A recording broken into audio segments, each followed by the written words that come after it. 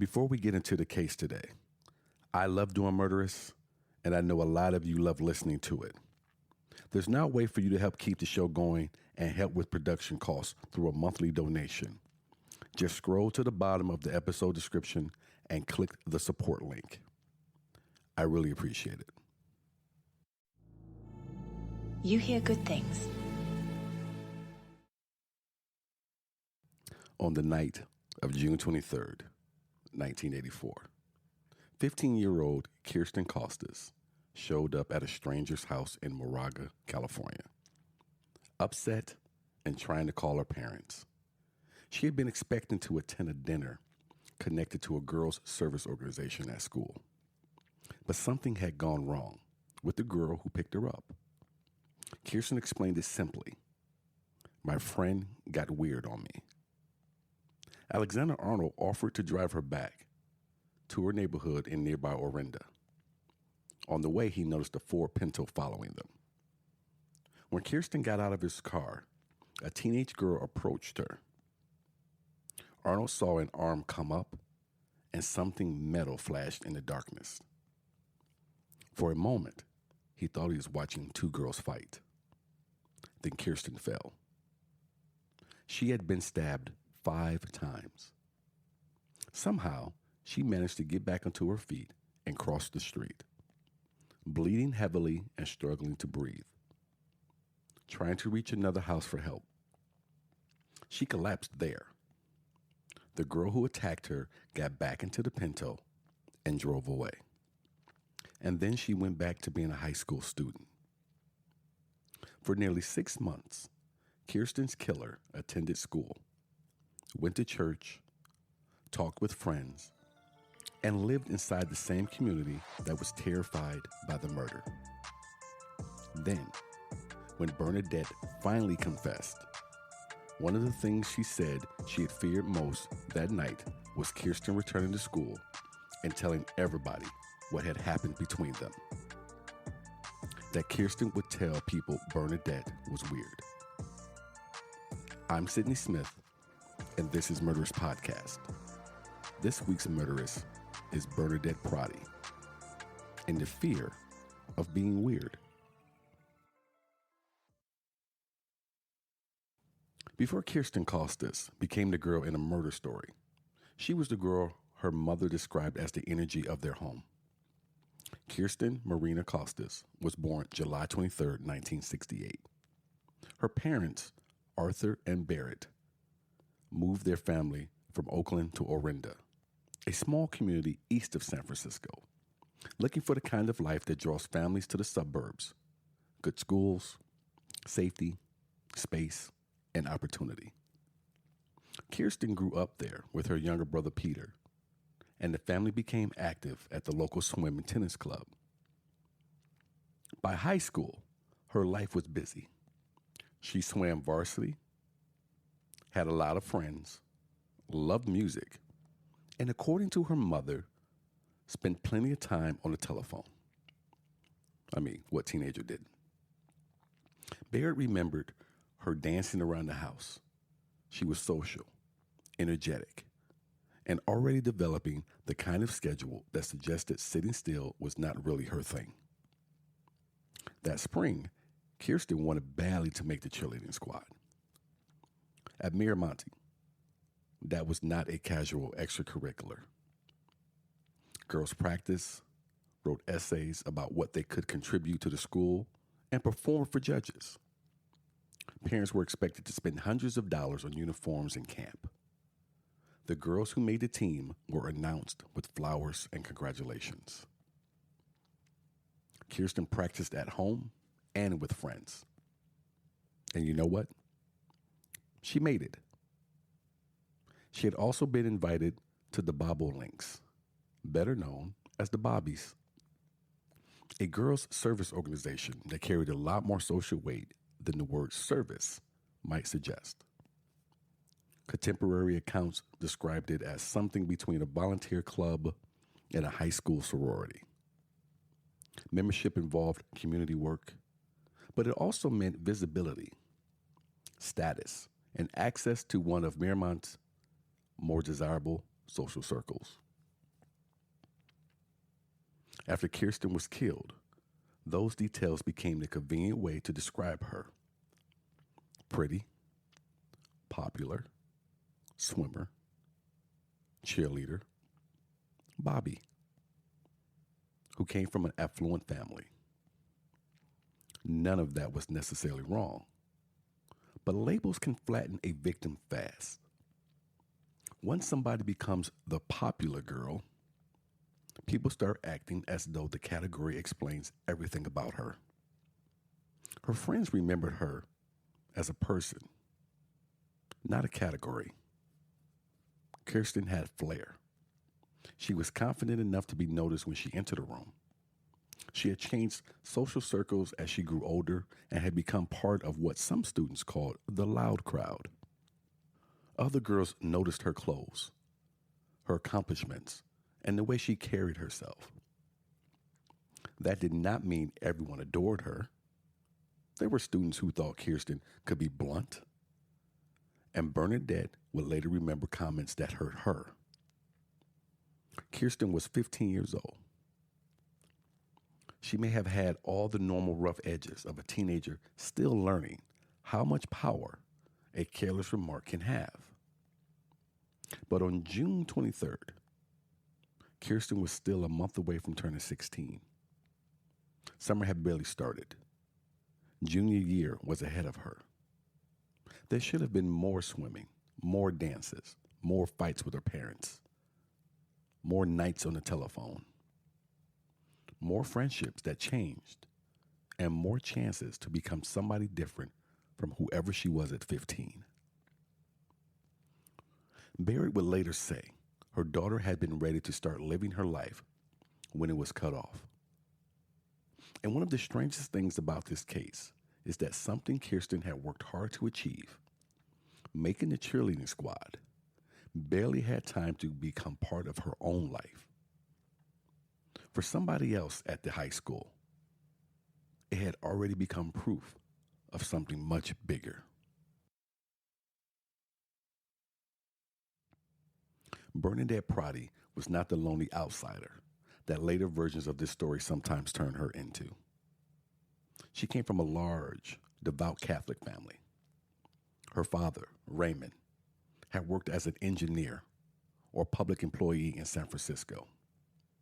Her mother, Elaine, was deeply religious. Bernadette went to church, did well in school, was athletic, and babysat for families in the neighborhood. After her arrest, one woman who had trusted her with her children for years told reporters she had known Bernadette as polite, loving, and dependable. She had friends, and she too belonged to the Bobbies. She participated in school life. In other words, Bernadette was not standing outside of the high school social environment, looking through the window at everybody else having a life. She was already inside. She just did not feel far enough inside. Orinda in 1984 was wealthy, quiet, and proud of the life it offered. Test scores were high, and household incomes were well above the national average. Contemporary reporting sometimes described it almost as a community where upward mobility was no longer the goal. Living there meant your family had already arrived. Of course, not everybody in the town had the same amount of money, the same house, or the same social status. And teenagers rarely compare themselves to the national average anyway. They compare themselves to the person sitting right next to them. At Miramont, there were plenty of ways to keep score. Grades mattered, sports mattered, clubs mattered. So did clothes and cars, houses, parties, dating, who sat with whom, and who had been invited somewhere. There was the Bobbies, but there were other selective girls' organizations. There was cheerleading, yearbook, and countless smaller hierarchies that probably look insignificant to adults and enormous to teenagers living inside of them. Bernadette seemed especially sensitive to where she ranked. A friend later described her as obsessed with being liked. She could be included and still fixate on the place where she had been rejected. Her best friend made it into a club. She did not. Bernadette tried out for varsity cheerleader and failed to make the squad. She wanted a position on the yearbook staff and did not get that either. None of these disappointments are extraordinary. Plenty of teenagers get cut from teams, rejected from clubs, and passed over for things they desperately want. What stands out is what Bernadette seems to have done with those disappointments. She told friends she thought she was ugly. She complained about her body, her hair, her clothes. She was embarrassed that her family did not have as much money as some of the families around them. She noticed the older furniture and peeling paint at home and compared it with the polished interiors she saw in magazines or in wealthier classmates' houses. One memory she carried came from a school ski trip. Bernadette had older, cheaper equipment, and Kirsten apparently made some kind of remark about it. We do not know exactly what Kirsten meant. We do know what Bernadette heard. She later said the comment hurt her because it seemed to say out loud what she already believed everyone else must be thinking about her. Now that is an important distinction. Kirsten did not need to create Bernadette's insecurity. She could simply confirm it. And because Kirsten seemed to possess so many of the things Bernadette believed she lacked, she became a convenient face for those feelings. Kirsten had made cheerleader. She moved comfortably through a social world Bernadette wanted access to. Her family had money. She seemed confident. A careless remark from her could carry more weight simply because Bernadette had already decided what Kirsten represented. The girls were not even close friends. They overlapped through school and activities, but testimony described them more as acquaintances. That almost makes Bernadette's fixation harder to understand. And I don't know if it does make it harder. You know, when you think back to being 14, 15, 16 years old and in high school, and I'm not sure where everybody sat in their lives, in their social circles, but it was easy to see whom someone else was dating, what someone else was wearing, whether it be shoes or who got what for Christmas, if you guys can remember that far back. It's not hard to see how someone could lock in on another teenager and wish for and want. And as always, let me say, not excusing the murder at all, but it's not hard to understand where that immature mind and how it may have fixated itself. Kirsten did not have to bully her every day or wage some campaign against her. She could simply make a team Bernadette wanted, own nicer things, belong to the right group, and say something dismissive. When Bernadette later tried to explain what had been bothering her, she talked about the things she wanted and did not have, and especially the things she believed she could not change. Looks or money or popularity or things. Quote unquote. By June 1984, Kirsten was no longer just another girl at school. She had become a symbol of the life Bernadette believed came more easily to everybody else. Then Bernadette created a reason to get her alone. 2 days before the murder, while Kirsten was away at cheerleading camp, Berit Costas received a telephone call. The caller said she was connected to the Bobbies and told Berit there would be a secret initiation dinner for new members on Saturday night. Kirsten should be ready. Somebody would pick her up because it was supposed to be a surprise. Berit was told not to discuss the details. The lie worked because it was attached to something real. Kirsten actually had just joined the Bobbies. Bernadette later admitted that she's the one who made that call. On Saturday evening, June 23rd, Arthur, Berit, and Peter were headed to a potluck connected to Peter's Little League team. Kirsten stayed home for the dinner she believed she was waiting for. At the Protti house, another lie was already in motion.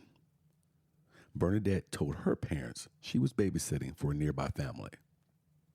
Her father drove her toward the supposed job, and she asked him to leave the family's Ford Pinto with her because she said she would feel safer having a car.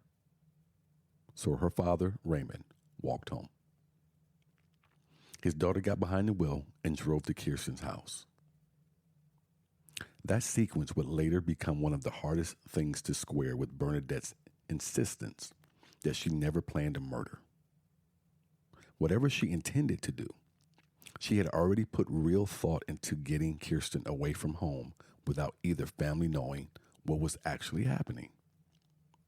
She created the fake initiation dinner, lied about babysitting, and arranged to have access to the Pinto.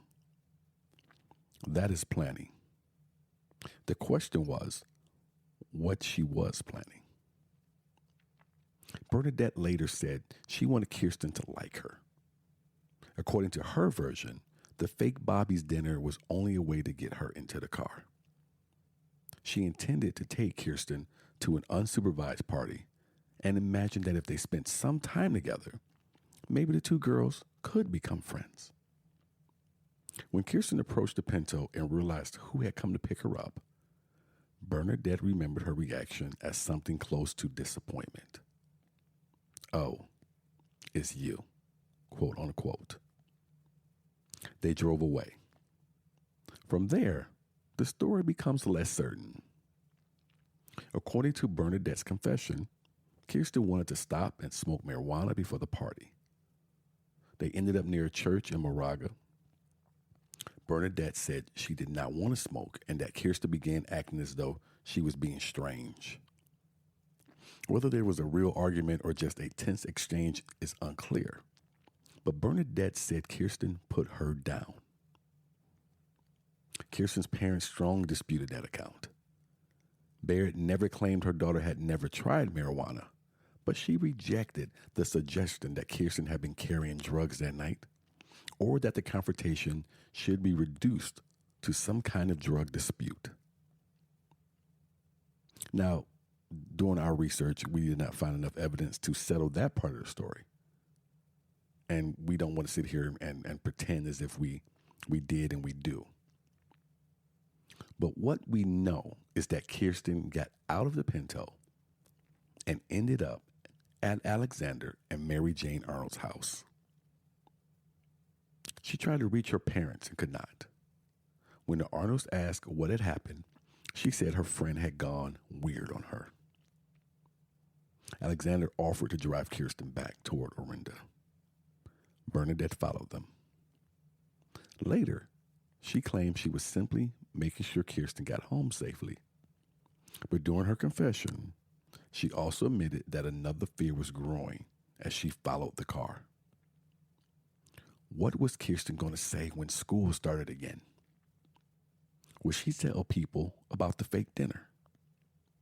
Would she tell them Bernadette had lied? Would she tell everybody that Bernadette was weird?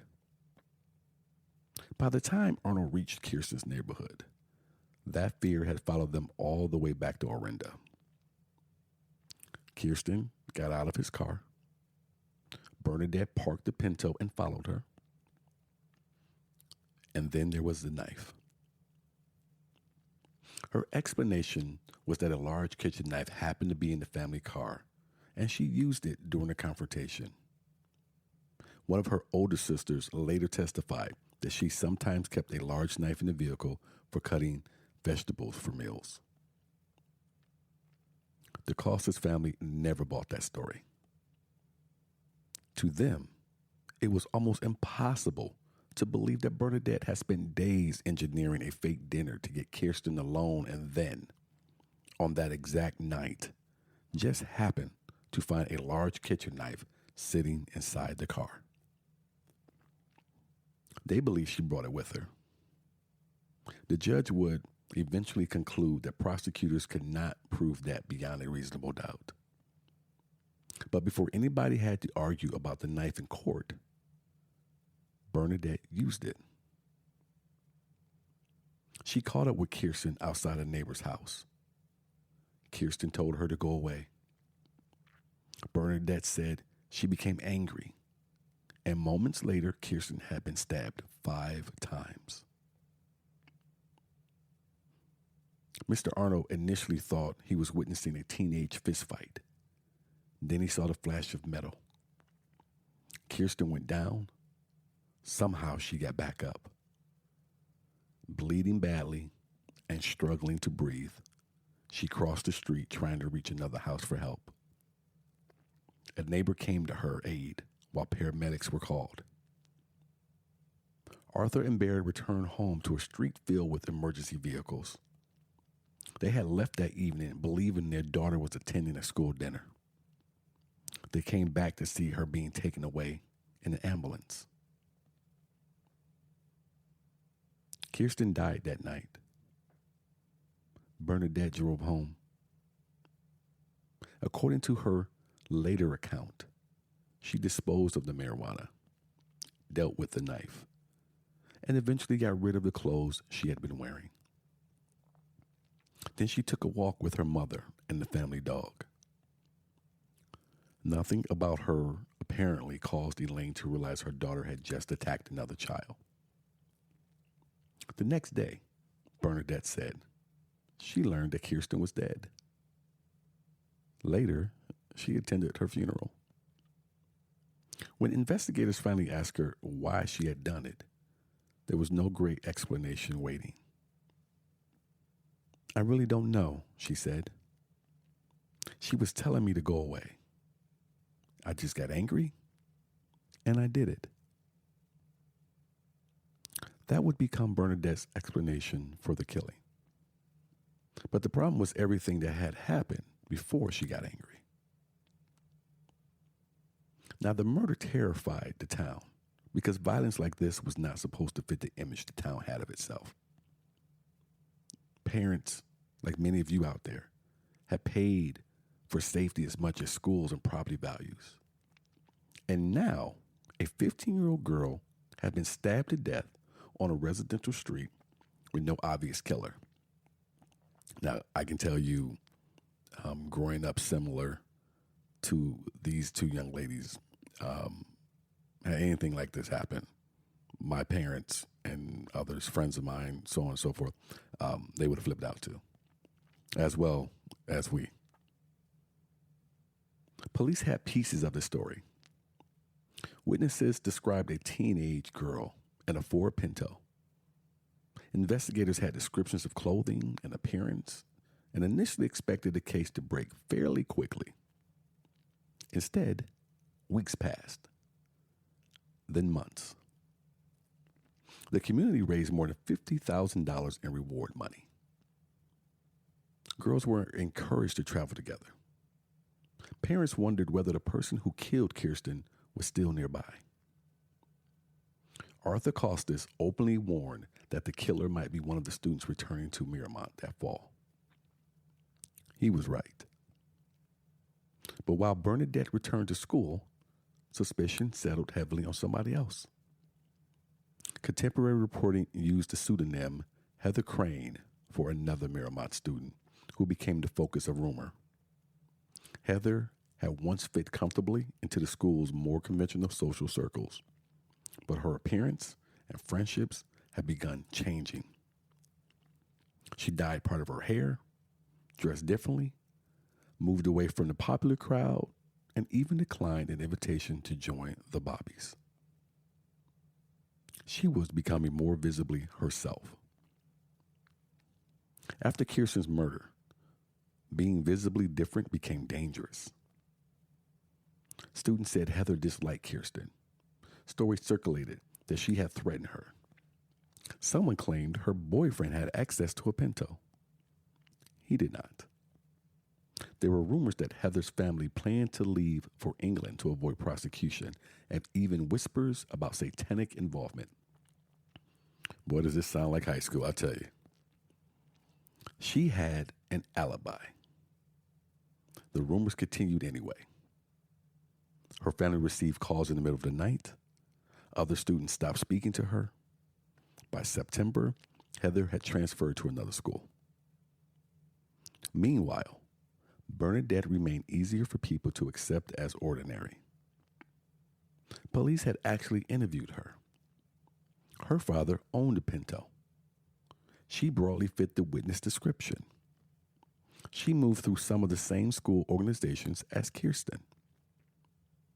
She told investigators she had been babysitting the night of the murder. And somehow, that alibi was not immediately verified. Bernadette also agreed to a polygraph.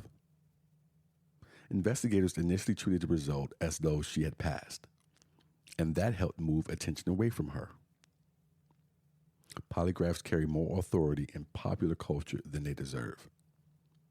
They do not work like the magical lie detectors television has trained people to imagine.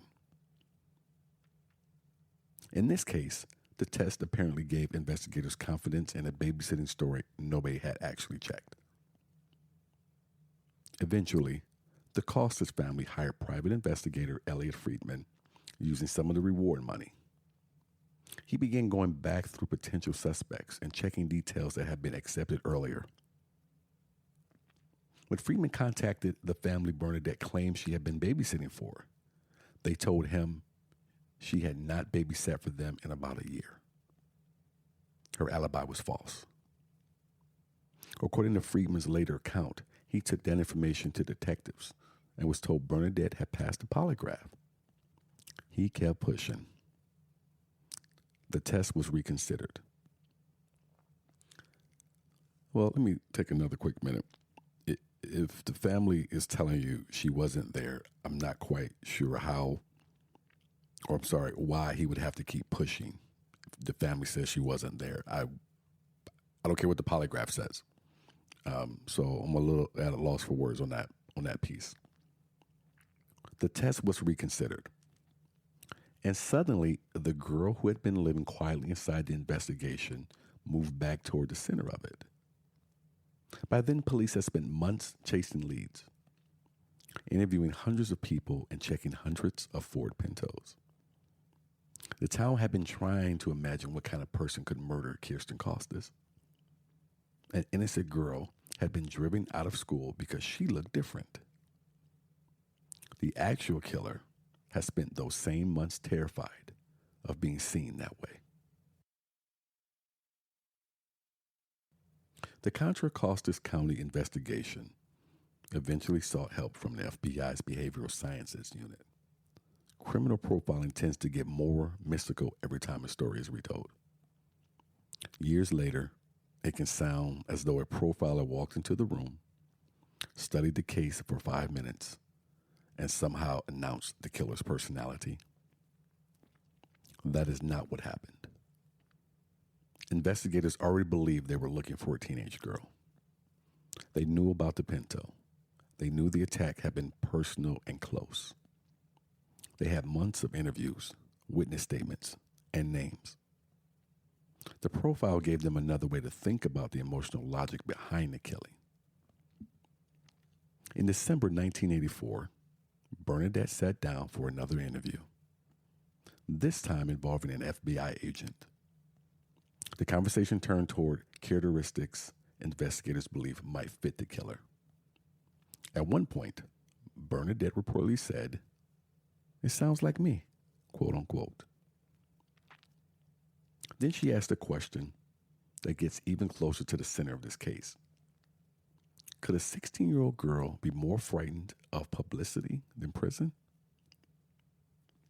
By then, reputation had already become part of Bernadette's own explanation for why she followed Kirsten home. She had worried about what Kirsten might say at school. Now she was facing the possibility that everybody would learn something infinitely worse. She went home that day without being arrested. Soon afterward, Bernadette tried to tell her mother something, but the conversation did not happen that night. So she wrote a letter. Now, we do not have a complete primary transcript of that letter. And so I'm not going to pretend that we do, but portions of it were reported publicly. Bernadette told her parents that the FBI believed she had killed Kirsten and that the FBI was right. She wrote that she had been able to live with what she had done for a while, but could not continue deceiving everybody. She was ashamed and afraid and begged her parents to keep loving her. In the postscript, she asked them not to demand an explanation because she did not understand it herself. Elaine read the letter. She and Raymond went to get their daughter, then took her to the authorities.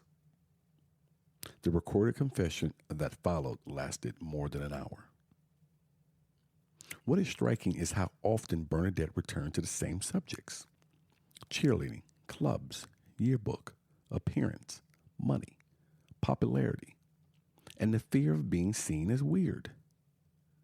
She talked about feeling inferior and remembered Kirsten's comment about her ski equipment because her family could not afford the nicest things.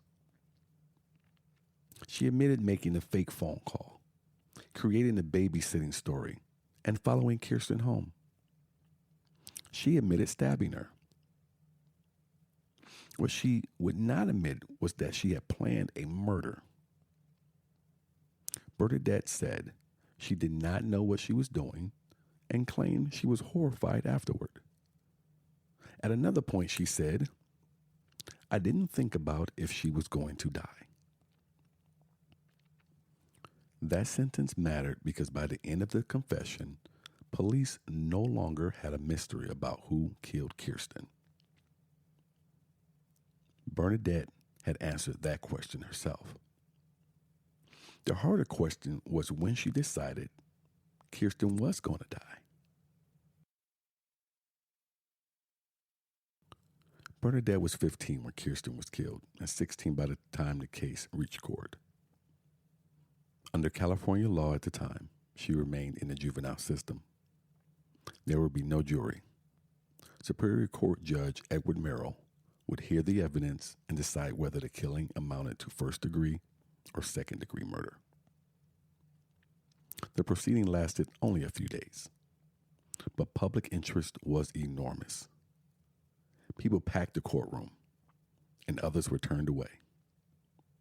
After months of rumors, the community was finally hearing Bernadette's confession and the evidence surrounding the murder.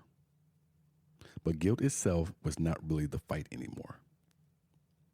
Her public defender had already offered to resolve the case with a guilty plea to second-degree murder. Prosecutors refused. Kirsten's parents believed their daughter had been murdered according to a plan and wanted the evidence for first-degree murder tested in open court. So the real question became intent.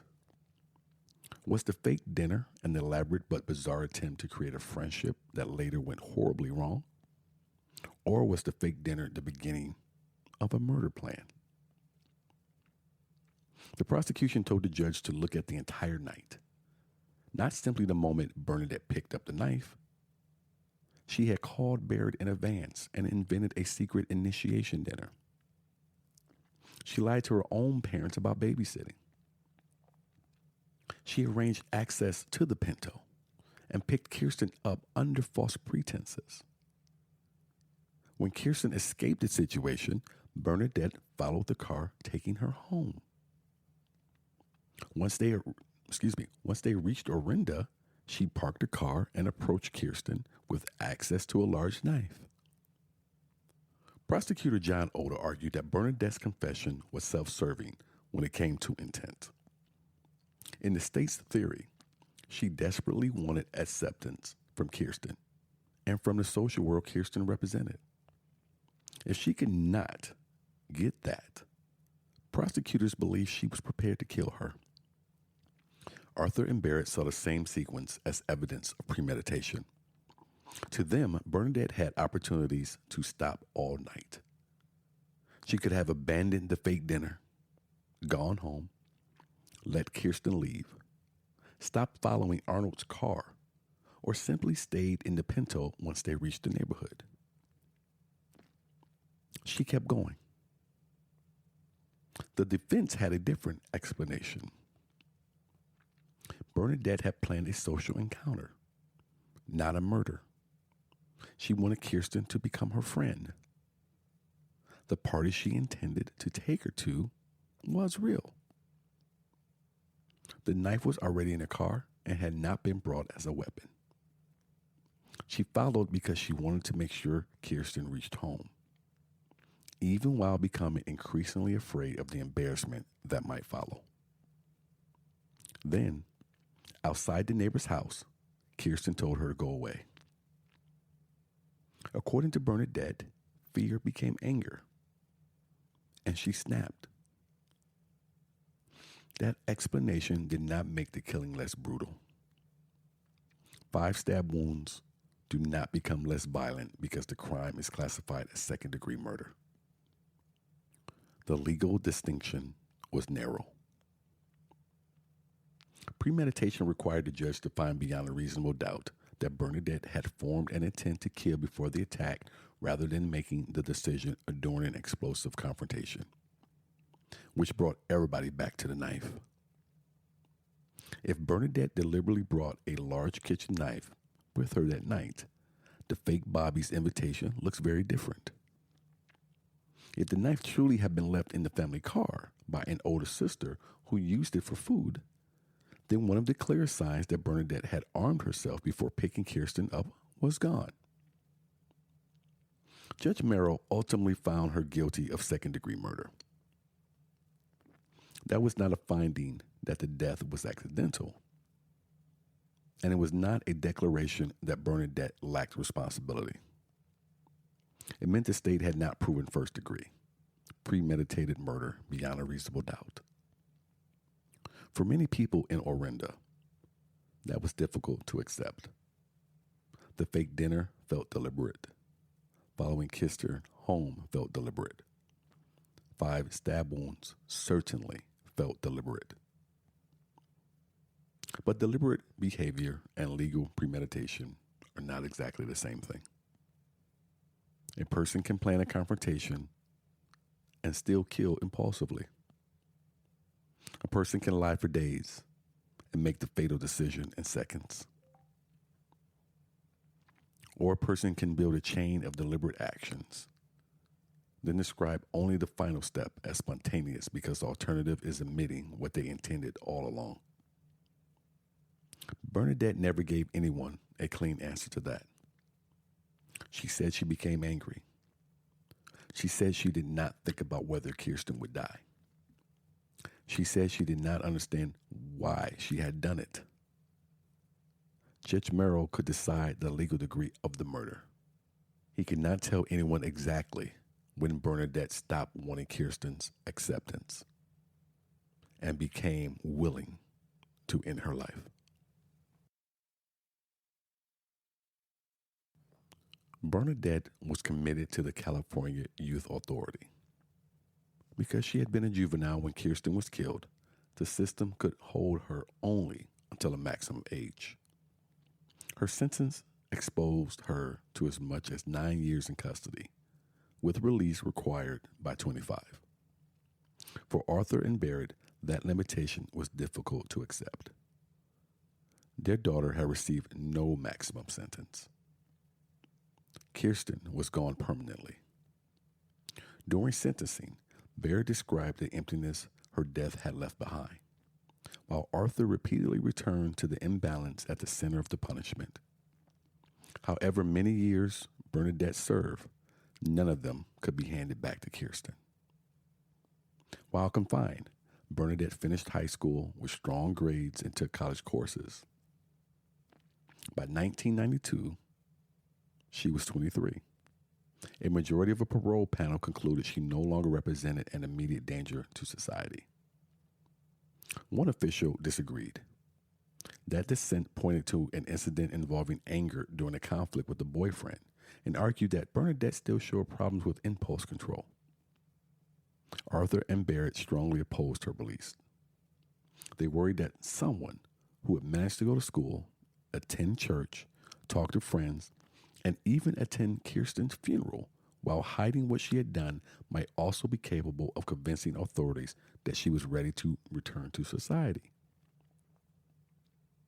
Bernadette was released on June 10, 1992, at 23 years old. She eventually changed her name and left California. People have spent years trying to find the private identity she created afterwards. But there is no solid, verified source that gives us a reliable picture of where she is today, or what her life looks like. And I'm not sure if we need to chase her. What matters is that Bernadette got the opportunity to have a life after Orinda. She finished school, reached adulthood, formed relationships, and had a chance to become somebody who was not immediately introduced by what she did at 15. Kirsten never got that opportunity. She never turned 16 or started junior year. She never had another swim season. She never found out whether cheerleading would still matter as much as a year later. She never got old enough to look back at the social hierarchy of Marymount and wonder why any of it once seemed so important. Bernadette has spent so much time believing other girls have been given the life she could not have. In the end, she was the one who got to grow older. Kirsten, the girl she believed had everything, only got 15 years.